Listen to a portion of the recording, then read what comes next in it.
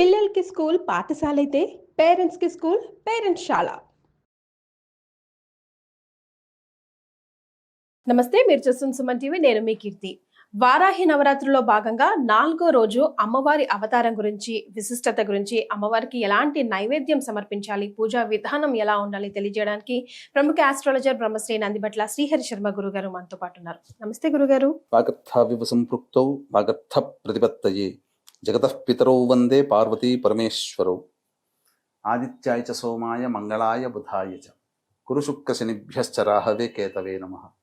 శృంగేరి జగద్గురు పీఠాధిపతులకి, కంచి పీఠాధిపతులకి నమస్కారములు తెలియజేసుకుంటూ కార్యక్రమాన్ని ప్రారంభిద్దాం.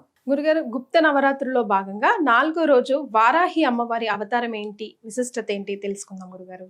ఈ వారాహి నవరాత్రుల్లో భాగంగా 3వ రోజు స్వప్న వారాహి గురించి మనం తెలుసుకున్నాం, పూజ చేసుకున్నాం. 4వ రోజు అమ్మవారిని కిరాత వారాహి రూపంలో అమ్మవారిని కొలవాలి.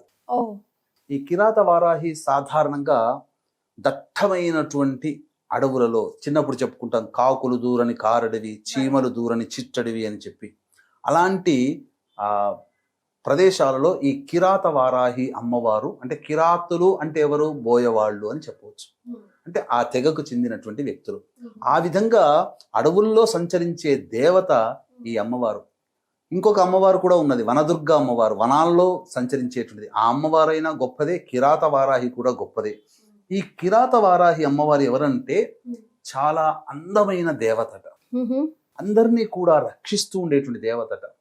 ఈ కిరాత వారాహి ప్రధానంగా ఒరిస్సా ప్రజలకి ఆరాధ్య దైవం. కలకత్తా వాళ్ళకి కలకత్తా కాళీ, తమిళనాడు వాళ్ళకి సుబ్రహ్మణ్య స్వామి ఎలాగో ఒరిస్సాలో ఉన్నటువంటి వాళ్ళకి ఈ కిరాత వారాహి చాలా ప్రధానమైనటువంటి దేవతట. అంతేకాకుండా ఈ అమ్మవారిని ప్రధానంగా పూజించడం వల్ల అదృష్టం కలిసి వస్తుందట, సమృద్ధి కలుగుతుందట, ఆధ్యాత్మిక శక్తి పెరుగుతుందట.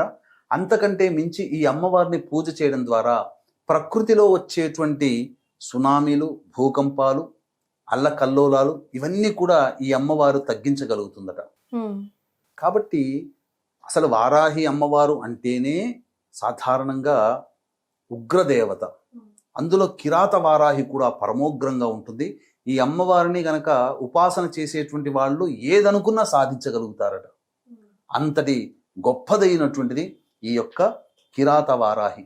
కాబట్టి ఈ అమ్మవారిని ప్రధానంగా మనస్సులో ఈ 4వ రోజున ఈ అమ్మవారిని ఊహించుకుంటూ, అనగా చాలా ఉగ్రరూపమైనటువంటి అమ్మవారు, అలాగే నీలి వస్త్రముతో కప్పబడినటువంటి అమ్మవారిగా భావన చేసి, లేదా రక్త వస్త్రం అంటే ఎర్రటి వస్త్రం కలిగినటువంటి రూపము కలిగినటువంటి అమ్మవారు కోపంగా ఉంటూ కళ్ళు నిప్పు కణికల్లాగా ఉండి నిప్పులు ప్రసరిస్తున్నటువంటి విధానంగా ఆ అమ్మవారి రూపాన్ని ధ్యానం చేసుకుని మన సంకల్పం నెరవేరాలని చెప్పి ఈ అమ్మవారిని తదేకముగా ధ్యానం చేసుకొని పూజ చేసుకున్నట్లయితే తప్పకుండా ఈ అమ్మవారు ప్రకృతిలో వచ్చేటువంటి ఇబ్బందుల్నే తొలగించగలిగే శక్తి ఉన్నప్పుడు, ఆ ప్రకృతిలో భాగమైన మనకు మన జీవితంలో వచ్చే అల్లకల్లోలాలు అంటారు కదా, ఒక్కసారి జీవితం అంతా తిరగబడిందిరా అని అంటుంటుంటారు.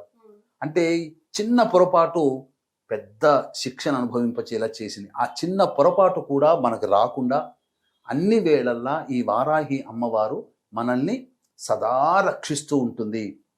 ఈ అమ్మవారిని పూజ చేయడం వల్ల అదృష్టం కలిసి వస్తుందని చెప్పబడింది. అదృష్టం అంటే ఏంటమ్మా, ఏ పని చేసినప్పటికీ కూడా మనము ఆ పని ఒక్క దగ్గర దాకా వచ్చి వెనక్కి వెళ్ళిపోయింది. ఉద్యోగం కోసం ప్రయత్నం చేస్తుంటారు, ఒక్క మార్కులో ఉద్యోగం పోయింది, ఒక్క మార్కులో సీటు పోయింది, అలా కొద్దిగా ఉంటే మనకు లక్కు కలిసి వచ్చేదేమో అనేటువంటి సందర్భంలో ప్రతి కుటుంబంలో ఎవరో ఒకరు అంటుంటారు, టెండర్లు వేస్తారు, ఒక్క 100 రూపాయలు మనం తగ్గించి వేసి ఉంటే మనకు వచ్చేదేమో. అంటే ఈ అదృష్టము దగ్గర దాకా వచ్చి వెనక్కి వెళ్ళి మనల్ని దోబూచులాడుతుంటుంది కదా. అటువంటి వాళ్ళు ఈ అమ్మవారిని ఆరాధన చేయడం వల్ల అటువంటి దురదృష్టం పోయి అదృష్టం కలిసి వస్తుందని చెబుతుంటారు. సమృద్ధి కలిసి వస్తుంది. సమృద్ధి అంటే కుటుంబంలో ఇంట్లో ఉండాల్సిన వస్తువులన్నీ కూడా, పాడి పంట అన్నీ ఉన్నాయనుకోండి, ఏమవుతుంది, ఆ కుటుంబం సమృద్ధిగా ఉంది అని అంటారు. ఒక చెట్టుకి మంచి పూత పూసి కాయ కాసి పండు కాస్తే ఆ చెట్టు సమృద్ధిగా ఉందిరా అని అంటారు. కాబట్టి ఎవరి జీవితం అయితే ఆనందంగా ఉండి ఎటువంటి బాధలు లేకుండా కష్ట నష్టాలు లేకుండా పిల్ల పాపలు మనవళ్ళతో సంసారం తలదూగుతూ ఉంటుంటే ఏ సమస్య లేకుండా ఉంటే ఆ కుటుంబం సమృద్ధిగా ఉందిరా అని అంటుంటారు. అలాంటి సమృద్ధి కలిగినటువంటి జీవితాన్ని ఈ 4వ రోజు కిరాత వారాహి రూపంలో అమ్మవారిని కొలవడం ద్వారా మనకు సంప్రాప్తమవుతుంది. కాబట్టి వీక్షించేటువంటి ప్రేక్షకులు కూడా ప్రతిరోజు కూడా శ్రద్ధగా చేసుకుంటూ ఉంటుంటారు. ఈ శ్రద్ధగా చేసుకునేటువంటి పూజా కార్యక్రమాల్లో హోమము పూర్ణాహుతితో సమాప్తమవుతుంది.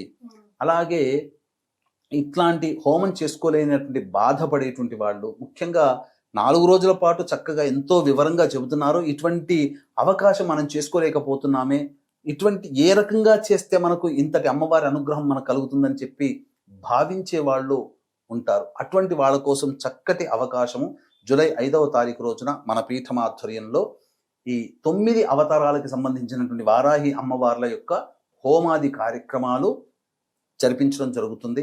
మధ్యాహ్నం 3 గంటలకి ప్రారంభమవుతాయి. 5వ తారీఖు 12 గంటల లోపల మీ గోత్రనామాలు నమోదు చేసుకోవచ్చు. ఈ కార్యక్రమంలో నమోదు చేసుకున్నటువంటి వాళ్ళకి శక్తిపాతము చేయబడినటువంటి శంకరుంగలి మాలని మీకు అందివ్వడం జరుగుతుంది. అవకాశం ఉన్న వాళ్ళు కార్యక్రమ తదనంతరం కాంటాక్ట్ చేసి పూర్తి వివరాలు తెలుసుకోవచ్చు. గురుగారు, మరి 4వ రోజు అమ్మవారికి ఎలాంటి నైవేద్యం సమర్పించాలంటారు? ఈ కిరాత వారాహి అమ్మవారికి తాంత్రిక దేవత కాబట్టి అల్లముతో చేసినటువంటి గారెలు, దద్దోజనము ఇవి నైవేద్యంగా పెట్టవచ్చు.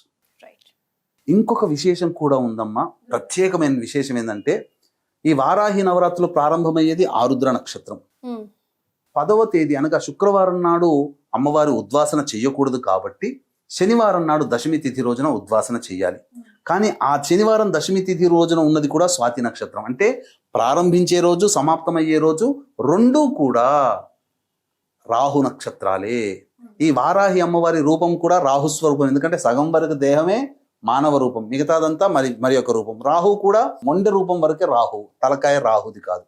కాబట్టి ఈ రాహు నక్షత్రంలో ప్రారంభమై రాహు నక్షత్రంలో నవరాత్రులు సమాప్తమవుతున్నాయి. కాబట్టి ఎవరైనా ఈ వారాహి అమ్మవారిని చేసుకుంటే ఖచ్చితంగా ఈ సంవత్సరం అంటే 2025 చెడు కాలం చూస్తున్నాం. ప్రపంచమంతా హాహాకారాలు చేస్తున్నాయి. యుద్ధాలు, వాతావరణం, ఆస్తి నష్టం, జన నష్టం జరుగుతుంది. ప్రకృతి విపత్తులు వస్తున్నాయి. అటువంటి సమయంలో ఈ అమ్మవారిని ఆరాధన చేయడం ద్వారా మనం రక్షింపబడతాము. దైవానుగ్రహం మనకు కలుగుతుంది, మనకు మన కుటుంబానికి కలుగుతుంది. ఇటువంటి అద్భుతమైనటువంటి కలయికలు కలిగినటువంటి రోజు కాబట్టి చక్కగా ఆచరించండి, తరించండి. చాలా సంతోషం గురుగారు. కులంకుశంగా ప్రతి ఒక్కటి కూడా వారాహి అమ్మవారికి సంబంధించి వివరించారు. ధన్యవాదాలు. సర్వం శ్రీ ఉమామహేశ్వర పరబ్రహ్మార్పణమస్తు.